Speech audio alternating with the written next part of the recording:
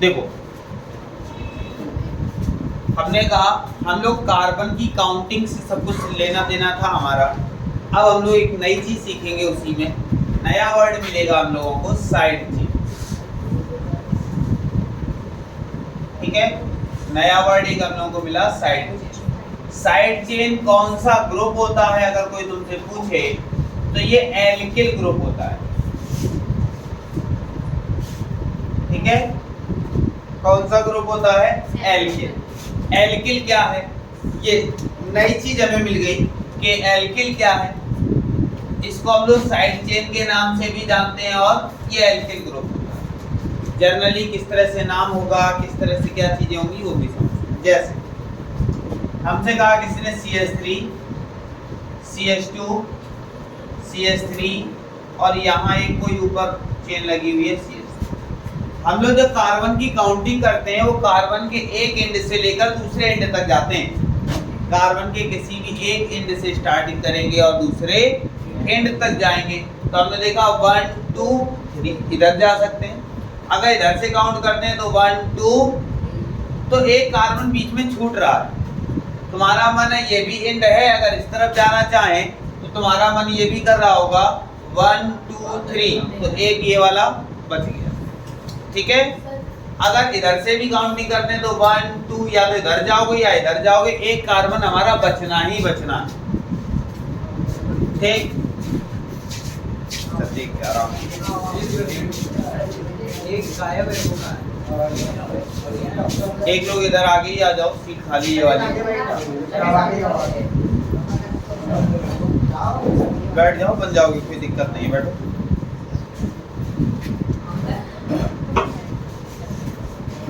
ठीक है, देखो बैठ जाओ बच्चा, सीधे बैठ जाओ।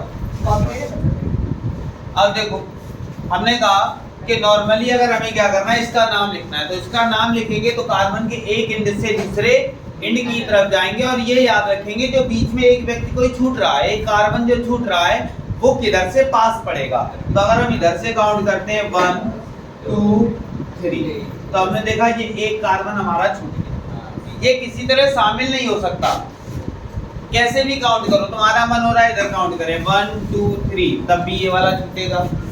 अगर ये वाला भी, तो हमने देखा 1 2 3, तो ये वाला छूट जाएगा। और अगर देखते हैं 1 2 3, तो ये वाला छूट जाएगा। कुल मिला के एक कार्बन छूटना ही छूटना है, चाहे हम इधर के दोनों कार्बन में से एक कार्बन लें या ऊपर वाले कहीं से भी अगर हम काउंट करते हैं तो एक कार्बन हमारा छूटेगा ही छूटेगा। अब इसका नाम कैसे देते हैं, तो नाम देखो, सबसे पहले हम देखेंगे किस नंबर पर कार्बन छूटा। तो हमने देखा किस नंबर पर छूटा है, 2 नंबर। तो यहाँ पे हमने लिखा 2। जो छूटा है उसमें कार्बन कितने हैं, तो छूटा तो ये है, कार्बन कितने, 3 नहीं है, 3 तो हाइड्रोजन है, कार्बन तो एक ही है।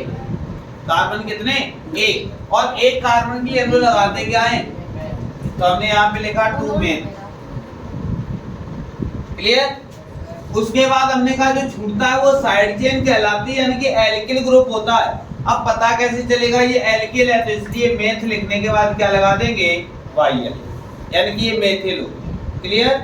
उसके बाद हमने देखा कितने कार्बन थे, 3 कार्बन थे वैसे काउंटिंग में, तो 3 के लिए क्या होता था, प्रो। और single bond single bond single bond, हर जगह क्या है, सिंगल बॉन्ड। इस सिंगल बॉन्ड के लिए क्या लगाते हैं, तो हमने यहाँ क्या लिख दिया। ऐसे एक और लिखते हैं, जैसे हमने लिखा CH3 CH2 CH CH3 CH। हमने कहा काउंटिंग वहां से करेंगे जहां से साइड चेन पास करेंगे। साइड चेन का मतलब ही होता है कि जहां लटका हुआ कोई भी व्यक्ति बीच में लटका हुआ दिखाई दे, उसको साइड चेन तुम लट कर। जैसे ये बीच में लटक रहा है, ये तो सब सीक्वेंस से लगे हुए, बीच में कौन लटका हुआ है, ये व्यक्ति। ये जब लटका हुआ है तो हमने काउंटिंग स्टार्ट की। अब देखिए किधर से पास पड़ेगा, अगर हम इधर से काउंट करते तो 1 2 3 के बाद ये आएगा, और अगर इधर से काउंट करें तो 1 2 के तुरंत बाद ये मिल जाएगा। तो हम लोग काउंटिंग कहाँ से करें, यहीं से करते हैं, 1 2 3 और इसका नाम ये बच गया। तो जो बच गया वही हमारी साइड चेन। किस नंबर पर बचा, सेकंड पर। तो हमने यहाँ पे क्या लिखा, सेकंड। और सेकंड नंबर पर कितने कार्बन, एक कार्बन बचे हैं, तो एक कार्बन के लिए उसके बाद ये पता कैसे चलेगा कौन सा है, तो YL लगा।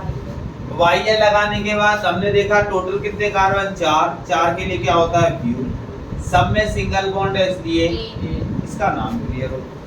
बात समझ में आ गई। अब जैसे हमने यहाँ पे लिख दिया CH3 CH2 CH2 CH2 CH3,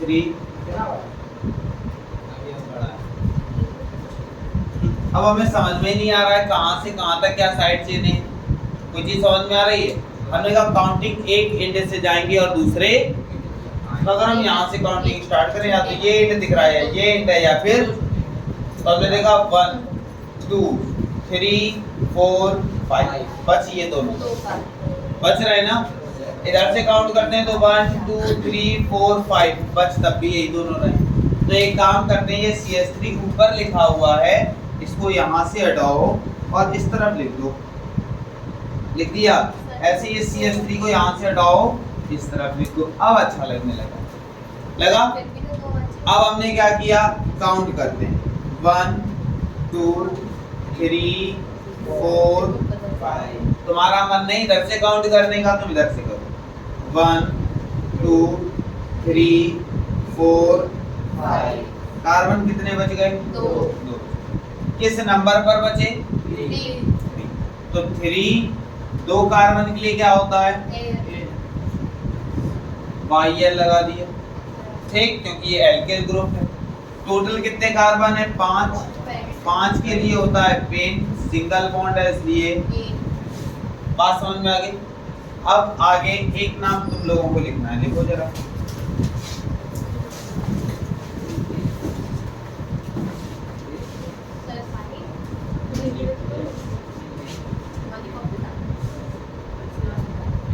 लिखो नाम।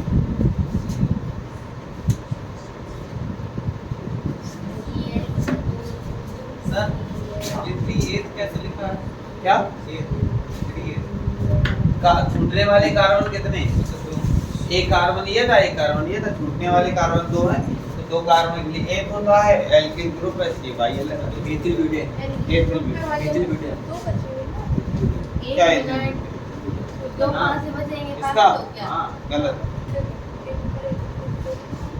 1 2 3 4 कॉपी कर, 1 2 3, अगर ये गिरेंगे तो 4, तो ये बचेगा।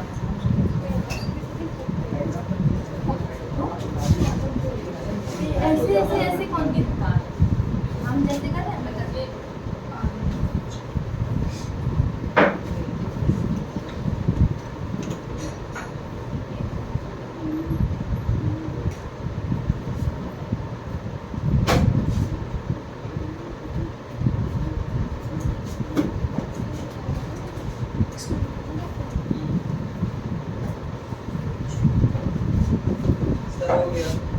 एथिल ब्यूटेन,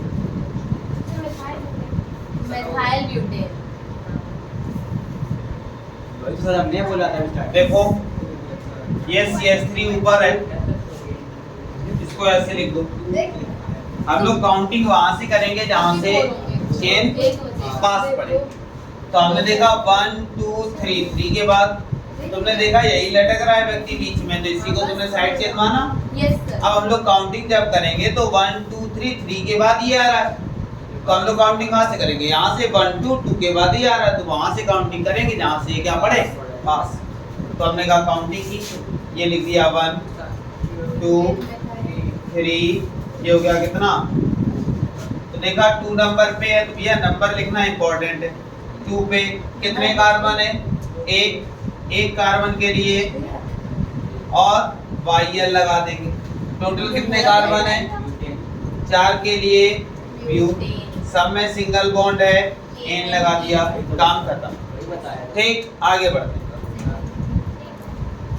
देखो भाई ध्यान देना,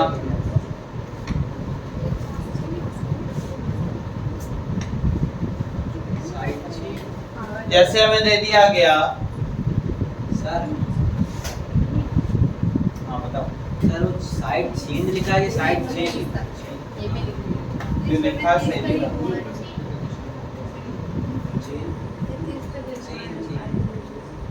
देखो अब हम लोग अगर देखते हैं तो काउंटिंग स्टार्ट करते हैं।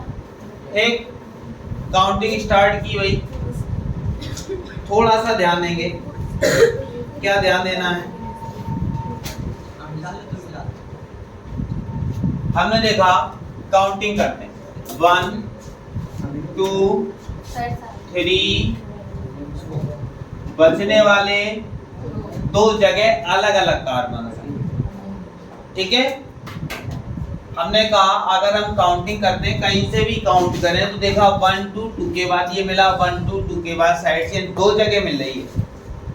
बात समझना, हमने कहा एक जगह यहाँ पे साइड चेन मिल रही है और एक जगह यहाँ, अलग अलग करने के बाद हमने देखा किस किस नंबर पर साइड चेन छूटी हुई है। तो हमने देखा सेकंड नंबर पर भी है और थर्ड नंबर पे। दो जगह मिली तो इस वजह से हमने लिख दिया डाई, 3 जगह मिलती ट्राई, 4 जगह मिलती टेट्रा, 5 जगह मिलती पेंटा। हालांकि इतना तो मिलेगा नहीं, बहुत ज्यादा 2 ही जगह। तो हमने देखा कि 2 नंबर पे भी सेम है, दोनों चीजें सेम लिखी हुई है। सेम कैसे? यहाँ भी CH3 ये भी CH3, दोनों जगह सेम। तो हमने कहा 2 नंबर पे छूटा तो 2, 3 नंबर पे भी छूटा तो 3, और उसके बाद 2 जगह हमें एक ही चीज दिखी, इस वजह से क्या लगा दिया डाई। दोनों जगह है क्या? तो हमने देखा दोनों जगह एक ही एक कार्बन है। दोनों जगह कितने? एक ही एक कार्बन। तो एक कार्बन के लिए होता क्या है? हमने कहा मेन होता है, साइड चेन है इसलिए YL लगा देते हैं। टोटल कार्बन 4 है, ब्यूट लिख देते हैं, सिंगल बॉन्ड है और N लिख देते हैं। ठीक, अब फिर से देखते हैं, जैसे CH3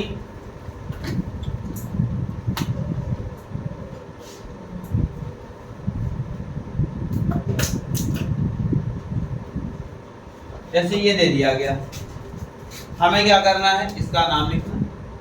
बहुत आसान है, काउंटिंग वहां से जहां से साइड चेन पास में तुमने देखा जो इधर उधर लटका हुआ यही साइड चेन होगी। इधर से काउंट करेंगे तो 1 2 3 नंबर पे आएगा, इधर से तो कर ही नहीं सकते।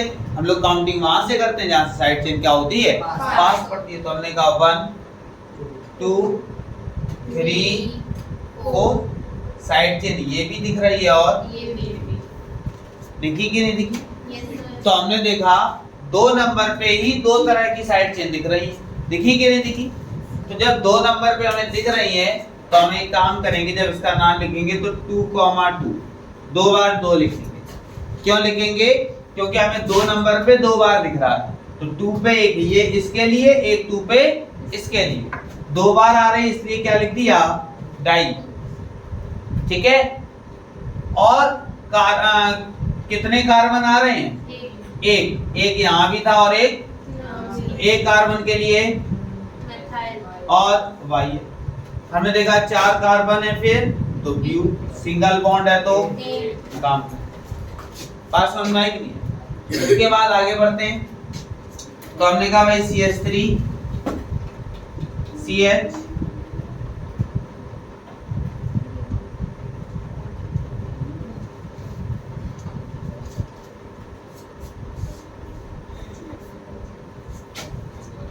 देखो भाई,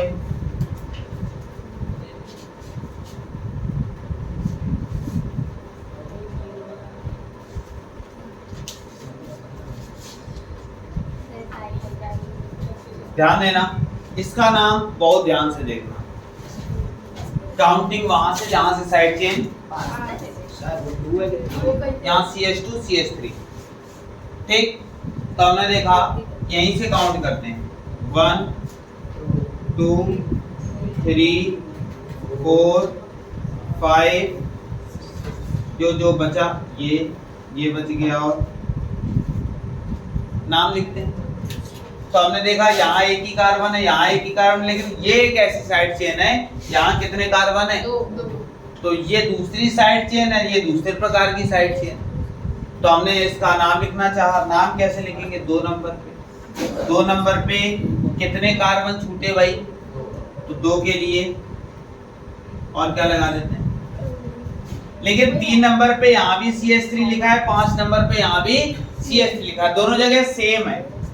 तो यहाँ लिख देंगे 3, सेम चीज है इसलिए दोनों में एक ही एक कार्बन है तो एक के लिए और क्या लगा देते हैं क्लियर। और टोटल कितने कार्बन है भाई 6 के लिए क्या लगाते हैं और सब में सिंगल बॉन्ड है इसलिए आया कि नहीं आया कोई दिक्कत इतने में।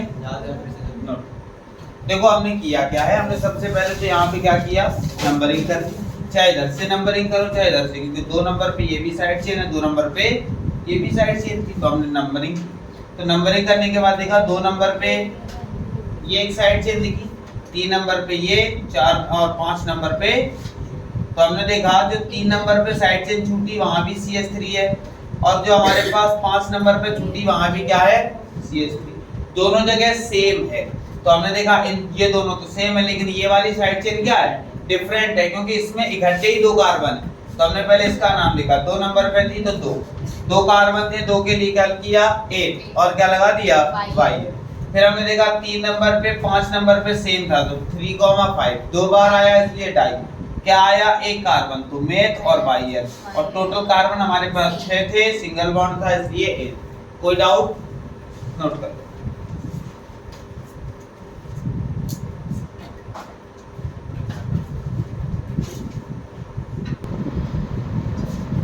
जो हम लोग पढ़ रहे हैं सब कुछ क्या है भाई डिपेंड करता है केमिस्ट्री पे एक हिंदी में बोलते हैं रसायन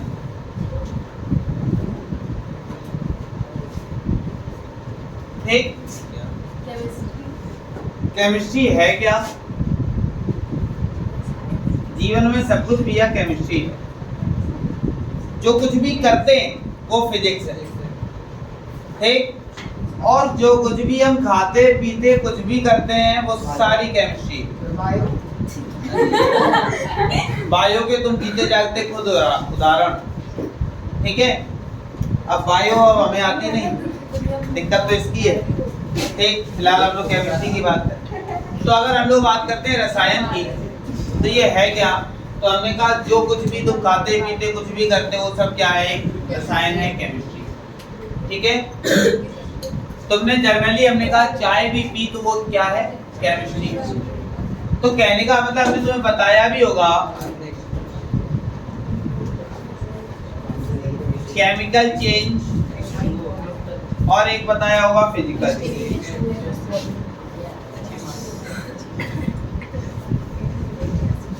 ठीक है केमिकल चेंज क्या है जो एक बार चेंज हो जाए परमानेंटली चेंज होता है इसीलिए केमिस्ट्री क्या है परमानेंटली चेंज है वो एक बार अगर हमने चेंज कर ली तो उसके बाद केमिकल चेंज का मतलब ही होता है एक परमानेंट चेंज ठीक ये कैसा है एक परमानेंट चेंज अगर हमने किसी चीज को चेंज किया वो परमानेंटली चेंज हो गया जैसे तुमने एक छोटी सी चाय बनाई तो चाय बनाने में क्या किया तुमने हाँ छोटी सी चाय मतलब थोड़ी सी चाय केवल हमारे लायक ठीक हाँ क्योंकि तुम्हारे घर आएंगी जनरल सी बात है तुम चाय बनाओगे ठीक है तुमने क्या किया सारी चीजों को मिक्स किया और मिक्स करने के बाद तुमने क्या किया एक चाय तैयार की एक प्रोडक्ट तैयार किया ठीक जो प्रोडक्ट होगा उससे अब कोई कहते कि भाई दूध अलग कर दो चीनी अलग करो कर सकते हो नहीं किया जा सकता तो वो क्या है एक परमानेंटली चेंज है जबकि फिजिकल चेंज क्या है कि उसको चेंज किया जा सकता है जैसे अभी हम तुम्हें अचानक से खड़ा करें और 2 तमाचा मारे तो गाल तुम्हारा लाल हो जाएगा लेकिन कुछ देर के लिए कुछ देर के लिए चेंजमेंट हुई फिर ऑटोमेटिक वो चेंजमेंट क्या हो गई खत्म हो गई फिर से जैसे थे वैसी बदतमीज टाइप की हो जाओगे तो यही तुम्हारा क्या कहलाता है फिजिकल चेंज यानी कि physical change is a temporary change ये कुछ क्षणों के लिए होगा ये एक टेम्पररी चेंज है बात समझ में आई कि नहीं है अगर हम लोग बात करते हैं केमिकल चेंज की तो chemical change is a permanently change यानी कि जो केमिकल चेंज होता है वो हमारा क्या होता है परमानेंटली लेकिन physical change is temporary change ये एक ऐसा चेंज है टेम्पररी चेंज है ये कुछ क्षणों के लिए होता है या हम कह सकते हैं इसको फिर से परिवर्तित किया जा सकता है जैसे सपोज हमने 2 तमाचे मार दिए तुम सदमे में आ गए 2-4 दिन बिल्कुल सदमे में बैठे रहे ठीक तो वो एक तरह से हो सकता है तुम 2-4 तमाचे की वजह से पूरी जिंदगी तुम्हारी सुधर जाए तो अगर जिंदगी सुधर गई तो केमिकल चेंज और अगर जिंदगी नहीं सुधरी कुछ दिनों बाद फिर तुम्हारे 2-4 सखा मित्र सहेली टाइप के आ गए और उन्होंने क्या किया, फिर से तुम्हें उसी माहौल में ले आए जिस माहौल में तुम पहले से थे, तो वो तुम्हारा क्या हो जाता है, फिजिकल चेंज हो जाता है। बात समझ में आ गई?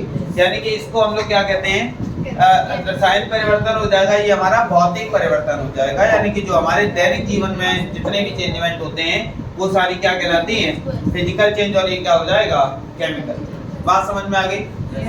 कोई दिक्कत? ठीक, आगे बढ़ते हैं। एक छोटा सा एग्जांपल है, घर जाना, फ्रिज सबके यहाँ होगा, ठीक? फ्रिज क्या है, सबके यहाँ है। जब एटम्स एंड मॉलिक्यूल्स, तो ये होता क्या है वो समझना पहले, अभी हम लोग इसी से दूसरे उसमें घुस रहे हैं। हम लोग क्या करेंगे,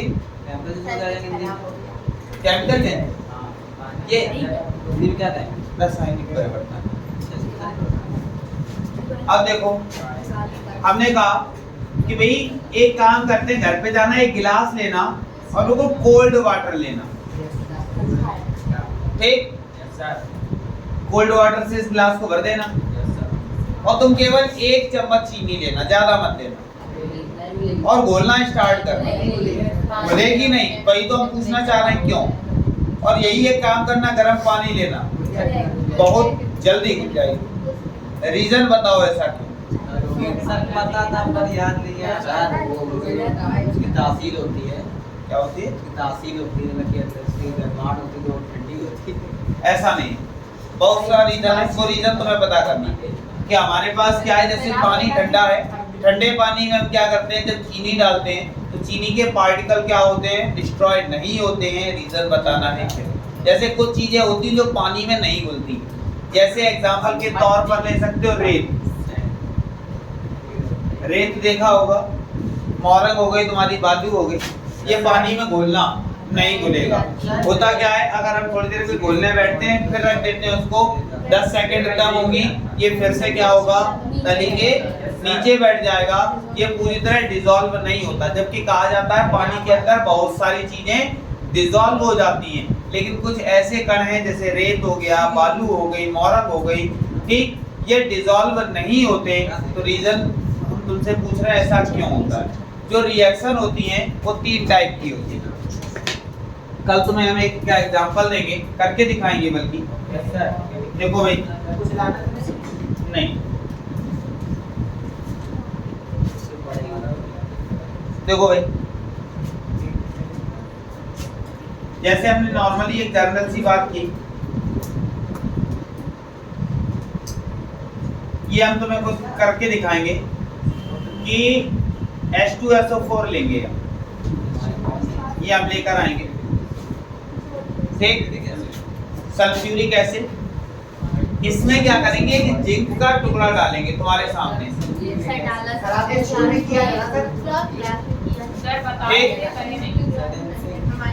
जो स्कूल में करा था, थोड़ा मुंह बंद कर दो। हमने कहा सल्फ्यूरिक एसिड लेंगे, जो कि हमारे पास क्या है, H2SO, उसमें एक जिंक का टुकड़ा डालेंगे। जिंक एक मेटल की तरह होता है, उसका क्या करेंगे, टुकड़ा डालेंगे, ठीक। टुकड़ा डालने पर ये रिएक्शन तुम्हें होती हुई दिखाई देगी, ठीक। जो रिएक्शन तुम्हें होती हुई दिखाई देती है, इस रिएक्शन को हम लोग बोलते हैं फास्ट रिएक्शन।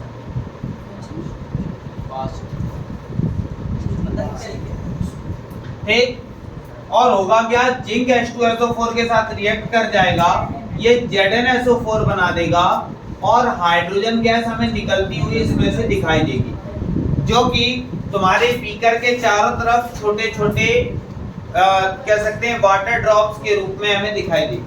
हम क्या करते हैं, फिर एक माचिस इसके संपर्क में लाते हैं, जो हाइड्रोजन गैस निकल रही होती है इसके संपर्क में क्या करते हैं, जलती हुई माचिस लेकर आते हैं। तो जब जलती हुई माचिस लेकर आएंगे तो इसमें से पॉप साउंड निकलता है, ठीक है। इसमें से क्या होगा, एक पॉप साउंड निकलेगा, जो कि बहुत छोटी मात्रा में हम लोग एक हाइड्रोजन बम तैयार कर देंगे। एक छोटी सी मात्रा में क्या तैयार करेंगे, हाइड्रोजन बम तैयार कर सकते हैं। तो हमने कहा जब H2SO4 की रिएक्शन किसके साथ करवाते हैं, जिंक के साथ, तो ये क्या बना देता है, ZnSO4 बना देता है, ठीक। क्या करते हैं, जब H2SO4 की रिएक्शन यानी कि हाइड्रोजन सल्फेट की रिएक्शन किसके साथ करवाते हैं, जिंक के साथ करवाते हैं। जिंक एक मेटल होता है, जब मेटल के साथ करवाई जाती है तो ये क्या होता है, रिएक्शन करना बहुत तेजी में स्टार्ट करता है और स्टार्ट करने के साथ ये क्या करता है, हाइड्रोजन गैस को रिलीज कर देता है। ठीक है, ऐसे ही एग्जांपल के तौर पे अगर हम लेकर चलें तो एक छोटा सा एग्जांपल है तुम्हारा इनो। ठीक, हम लोग कहते हैं ना इनो काम शुरू करें सिर्फ ऐसे। ठीक, नॉर्मल क्या होता है जब हम उसको पानी में डिसॉल्व करते हैं, इनो को कभी पानी में डिसॉल्व किया, कभी पानी में डिसॉल्व करना, फिर अपने गिलास को पकड़ना और गिलास की आउटर सरफेस को देखना क्या होता है। थोड़ा सा तुम्हें ऐसा लगता होगा जैसे वो गीली हो गई, कभी ऐसा देखा? या एक काम करना, जनरली गिलास लेना, ठंडा पानी गिलास में भरना, तुम गिलास के अंदर भरोगे लेकिन पानी का वो ठंडा क्या दिखाई देगा, गिलास का आउटर सरफेस जो होगा वो गीला दिखाई देगा। पानी क्या तुम्हारा गिलास फूटा है क्या जो बाहर पानी आ रहा है? बाहर का नमी का जितना ठंडा होगा उतनी जल्दी गर्म जितनी नमी होती है, जैसे एसी में जैसे मॉइस्चराइजेशन हीट जो करती है वो क्या करती है, किसी भी टेम्परेचर को क्या करती है, ऑब्जर्व करती है। ठीक है, तो अभी चीजें अभी हम लोग सीखेंगे। जैसे हम लोग क्या करते हैं, हमने कहा इनो जब क्या करते हैं पानी में डालते हैं तो हमें पानी के जो ग्लास होता है, ग्लास के आउटर सरफेस पर क्या होता है, हल्का सा गीला महसूस होता है। इनो वाली जो रिएक्शन होती है वो भी हमारी क्या होती है, फास्ट रिएक्शन होती है। ठीक, एक तुम्हें स्लो रिएक्शन का एग्जांपल दे दें। स्लो रिएक्शन क्या होती है, तो हम कॉपर सल्फेट लेंगे, क्या लेंगे, कॉपर सल्फेट। इसमें क्या करेंगे, आयरन की नेल डालेंगे, आयरन लोहे की कील, कॉपर सल्फेट लेंगे, कॉपर सल्फेट लेने के बाद एक लोहे की कील लेंगे, इसको एक धागे से बांधेंगे, धागे से बांधने के बाद उसको क्या करेंगे, कॉपर सल्फेट में पूरी तरह से डिसॉल्व कर देंगे। डिसॉल्व करने के बाद उसको लगभग 15 से 20 मिनट या आधे घंटे के लिए छोड़ देंगे, रखा रहने देंगे। जब हम क्या करते हैं, उस आयरन नेल को निकालते हैं तो ये आयरन सल्फेट बना चुकी होती है और कॉपर को अलग कर चुकी होती है। ठीक, यानी कि कहने का मतलब, और इसका जो कलर होता है, पहले आयरन नेल अगर नई उठाकर लेकर आओगे, नई लेकर आओगे तो ये कैसी होगी, लगभग व्हाइट टाइप होती कि नहीं होती, कोई भी कील लेकर आओ बिल्कुल नई, ठीक, सिल्वर टाइप में। और जब हम लोग क्या करते हैं, इसको किसमें, कॉपर सल्फेट में डालते हैं तो इसका कलर जो होता है वो रेडिश ब्राउन हो जाता है, यानी कि हल्की ईंट जैसी कलर की हो जाएगी। जैसे ईंट होती है ना, तो ईंट जैसे कलर में हो जाती है, रेडिश ब्राउन कलर में होता है। जंग टाइप लगे, ठीक, या हम कह सकते हैं एक जंग लग जाती है। जंग यानी कि रस्टिंग ऑफ आयरन। अभी हम लोग पढ़ेंगे जंग लगने का कारण क्या होता है, लोहे में ही जंग क्यों लगती है और किसी में जंग क्यों नहीं लगती। यानी कि केवल एक मेटल लोहा ऐसा है जिसमें क्या होती है, जंग लग जाती है। बाकी लेकिन तुमने देखा होगा जो गवर्नमेंट लोहा होता है उसमें जल्दी जंग नहीं लगती। जैसे एग्जांपल के तौर पे तुम उठा लो, जैसे कभी भी एक काम करना, बड़ी बड़ी जो हाई टेंशन लाइन निकली हुई है, हाई टेंशन लाइन वाले जो पोल होते हैं, खंबे होते हैं, टावर टाइप के होते हैं, उनके पास जाना, उन पे कोई पॉलिश नहीं की जाती, कोई पेंट नहीं किया जाता, लेकिन फिर भी वो चमकदार रहते हैं। वो प्रॉपर लोहा जो होता है, वो लोहा जो मैन्युफैक्चर होता है, मैन्युफैक्चर होते टाइम उसमें क्या किया जाता है, दो तरह के आयरन एक साथ क्या कर दिए जाते हैं, मिक्स कर दिए जाते हैं, और उसमें रस्टिंग ऑफ आयरन जो होता है, यानी कि जो काई लगने वाला आयरन होता है या जंग लगने वाला आयरन होता है, उसको मिक्स नहीं किया जाता। आयरन के भी क्या होते हैं, टाइप्स होते हैं। ठीक है, बात समझ में आई कि नहीं?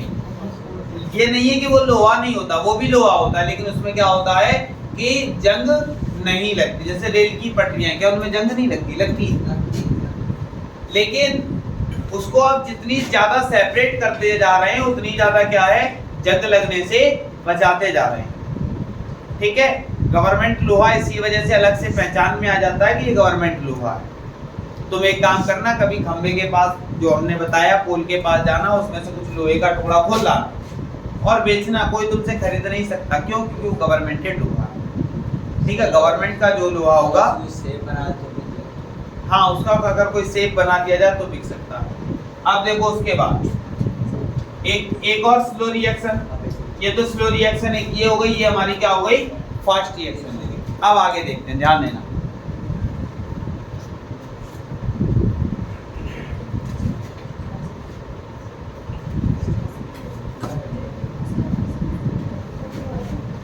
देखो एक छोटा सा और रिएक्शन देखते हैं। पहले एक छोटी सी चीज देख लें।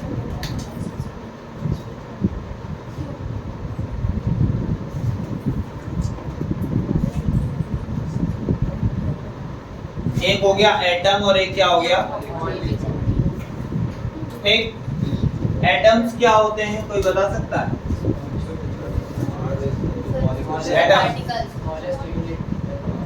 स्मॉलेस्ट यूनिट ऑफ एलिमेंट की स्मॉलेस्ट यूनिट एटम कहलाती है। और मॉलिक्यूल्स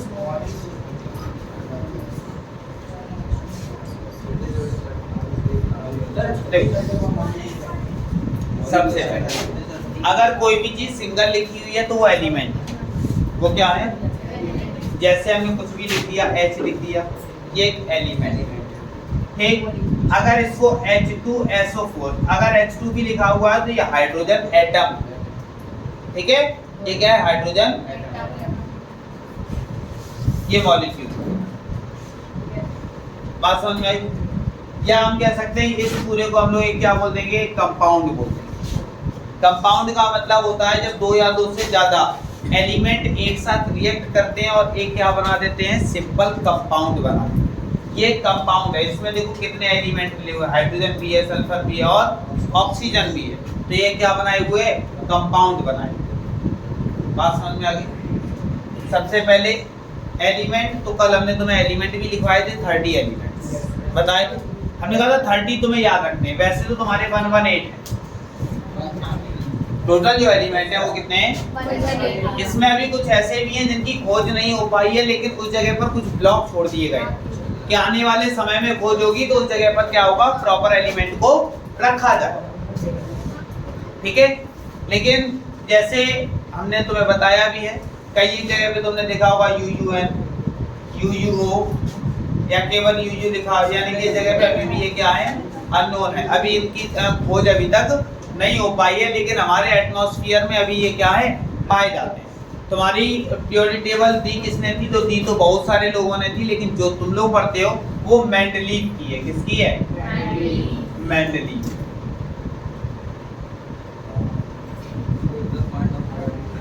ठीक, जो तुम लोग पीरियोडिक टेबल पढ़ते हो किसकी पढ़ते हो?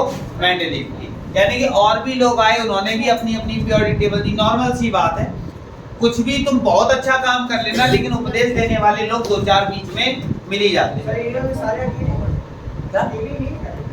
हाँ, सबसे पहले जो पीरियोडिक टेबल आई थी तो उसमें एटॉमिक मास के अकॉर्डिंग सारे एलिमेंट्स को व्यवस्थित किया गया था। फिर पीरियोडिक टेबल जो आई तो उसमें देखा एटॉमिक मास का बढ़ता हुआ क्रम, फिर एटॉमिक नंबर का। अब क्या है? अब सबके अकॉर्डिंग लगी हुई एटॉमिक मास, एटॉमिक नंबर, सारी चीजों को व्यवस्थित करके किसने लगाया? मेंडलीव ने। लेकिन इनकी भी संशोधित नहीं थी, पूरी तरह से एग्जैक्ट सही नहीं हो पाई। क्यों? क्योंकि कोई भी व्यक्ति, तुम्हें भी है, अगर कितना भी घनिष्ठ प्यारा दोस्त हो तुम्हारा, एक रेस चल रही और उस रेस में धोखे से वो जीत जाए, भले वो एक टॉफी क्यों ना जीता हो, लेकिन बुरा तुम्हें बिल्कुल लगेगा। और बहुत अच्छा दोस्त है फिर भी, होता है ना? होता है। कितना भी अच्छा दोस्त होगा, अगर एक टॉफी, वो अपने आप को समझा लो तो अलग बात है, एक ही टॉफी की तो बात है, अपने आप को समझा लो अलग बात है, लेकिन फिर भी बुरा लगता है।